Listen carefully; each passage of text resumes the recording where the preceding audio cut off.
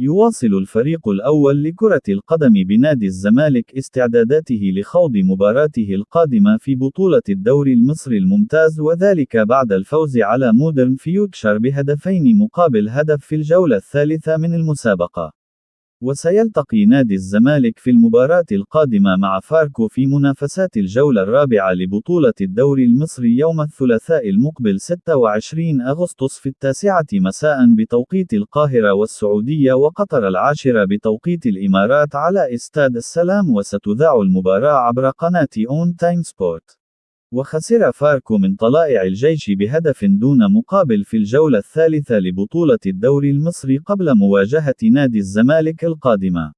ويحتل نادي الزمالك المركز الثاني في ترتيب جدول المسابقة ب7 نقاط بالتساوي مع المصري البورسعيدي المتصدر في عدد النقاط، بينما يتواجد فاركو في المركز ال21 والأخير بنقطة واحدة.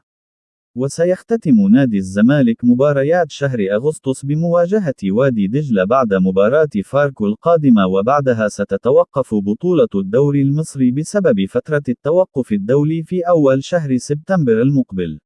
ولذلك يسعى نادي الزمالك لمواصلة الانتصارات وحصد ال6 نقاط كاملة في المباراتين القادمتين لمواصلة تصدر ترتيب جدول المسابقة، وذلك قبل فترة التوقف الدولي، وذلك في مشوار الفريق نحو استعادة اللقب.